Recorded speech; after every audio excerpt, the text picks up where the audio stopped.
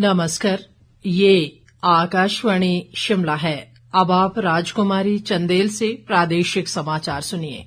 केंद्रीय सड़क परिवहन व राजमार्ग मंत्री नितिन गडकरी ने आज नई दिल्ली के भारत मंडपम में राज्यों और केंद्र शासित प्रदेशों के परिवहन मंत्रियों के साथ एक बैठक की अध्यक्षता की। एक सोशल मीडिया पोस्ट में नितिन गडकरी ने कहा कि ये वार्षिक आयोजन केंद्र और राज्य सरकारों के बीच तालमेल बढ़ाने व राष्ट्रीय प्रगति के लिए महत्वपूर्ण नीतिगत मामलों व समन्वित रणनीतियों को आगे बढ़ाने के तरीकों पर चर्चा का महत्वपूर्ण मंच है। उन्होंने कहा कि क्षेत्रीय चुनौतियों पर विचार करने, श्रेष्ठ पद्धतियां साझा करने और परिवर्तनकारी परिवहन नीतियों को समान रूप से लागू करने के लिए इस प्रकार का संवाद आवश्यक है। इस बैठक में उप मुख्यमंत्री मुकेश अग्निहोत्री ने भी भाग लिया और हिमाचल प्रदेश के विभिन्न विकासात्मक मामलों पर अपने विचार रखे। भारत में ह्यूमन मेटान्यूमो वायरस के मामले पाए जाने के बाद केंद्रीय स्वास्थ्य सचिव की अध्यक्षता में सभी राज्यों व केंद्र शासित प्रदेशों के स्वास्थ्य सचिवों के साथ एक बैठक कर निर्देश जारी किए गए हैं। HMPV वायरस पर केंद्रीय स्वास्थ्य मंत्री जगत प्रकाश नड्डा ने एक संदेश जारी कर स्पष्ट किया है कि ये वायरस कोई नया वायरस नहीं है और इससे घबराने की कोई जरूरत नहीं है। जगत प्रकाश नड्डा ने कहा कि HMPV हवा के माध्यम से सांसों के जरिए फैलता है और सभी आयु वर्ग के व्यक्तियों को प्रभावित कर सकता है। नड्डा ने ये भी बताया कि देश की स्वास्थ्य प्रणालियां और निगरानी नेटवर्क सतर्क हैं और स्वास्थ्य संबंधी किसी भी उभरती चुनौती से तत्काल निपटने की तैयारी सुनिश्चित की जा रही है। एक्सपर्ट्स ने HMPV वायरस के बारे में यह स्पष्ट किया है कि यह वायरस कोई नया वायरस नहीं है।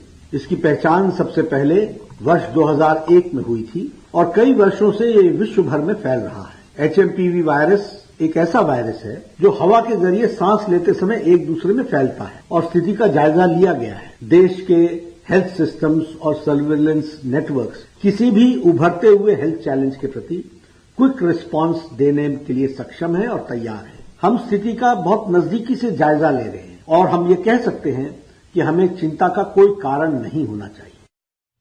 इससे पहले स्वास्थ्य और परिवार कल्याण मंत्रालय ने कहा था कि देश भर में श्वसन संबंधी रोगों पर नजर रखने के लिए भारतीय आयुर्विज्ञान अनुसंधान परिषद के प्रयासों के अंतर्गत देश में पाए गए इसके रोगियों की पहचान श्वसन संबंधी कई रोगाणुओं की नियमित निगरानी के माध्यम से की गई थी।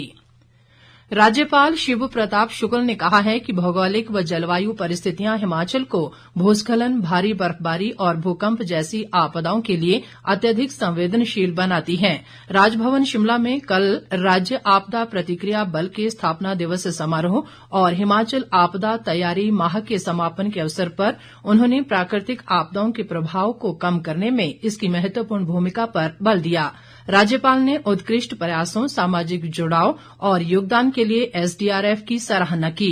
उन्होंने कहा कि भारत में आपदाओं के कारण अनुमानित वार्षिक 55,000 करोड़ रुपए का आर्थिक नुकसान होता है। उन्होंने कहा कि प्रधानमंत्री के नेतृत्व में राष्ट्रीय आपदा प्रबंधन प्राधिकरण ने राज्यों को आर्थिक नुकसान कम करने और बहुमूल्य जीवन को बचाने में मदद की है।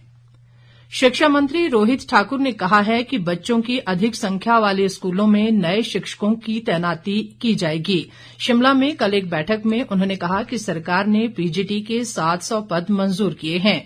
इन शिक्षकों को वहीं तैनात किया जा रहा है जहां संबंधित विषयों में पर्याप्त दाखिले हैं। शिक्षा मंत्री ने कहा कि शिक्षा की गुणवत्ता सरकार की प्राथमिकता है और बीते 2 सालों में शिक्षा विभाग में रिकॉर्ड भर्तियां की गई हैं।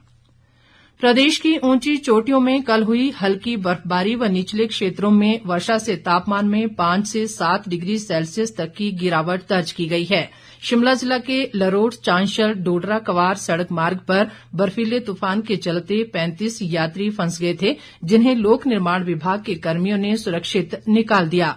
इधर फागू और नारकंडा में सड़क पर रेत डालकर राष्ट्रीय उच्च मार्ग 5 वाहनों की आवाजाही के लिए बहाल कर दिया गया है। समग्र ग्रामीण विकास के उद्देश्य को लेकर स्वयंसेवी संस्था आश्रय ने आकांक्षी जिला चंबा के 15 गांवों को आदर्श गांव बनाने की मुहिम छेड़ी है। इसके लिए पिछले 6 माह से फील्ड स्तर पर कार्य किया जा रहा है। चंबा के उपायुक्त मुकेश रेपसवाल ने कल एक बैठक में कहा कि समग्र ग्रामीण विकास के उद्देश्य से जिले के 15 गांवों को चुना गया है, जिसमें विभिन्न गतिविधियां आयोजित की जाएंगी। इसके साथ ही ये समाचार बुलेटिन समाप्त हुआ। हमारा अगला बुलेटिन आप सुन सकते हैं शाम 6 बजे। नमस्कार।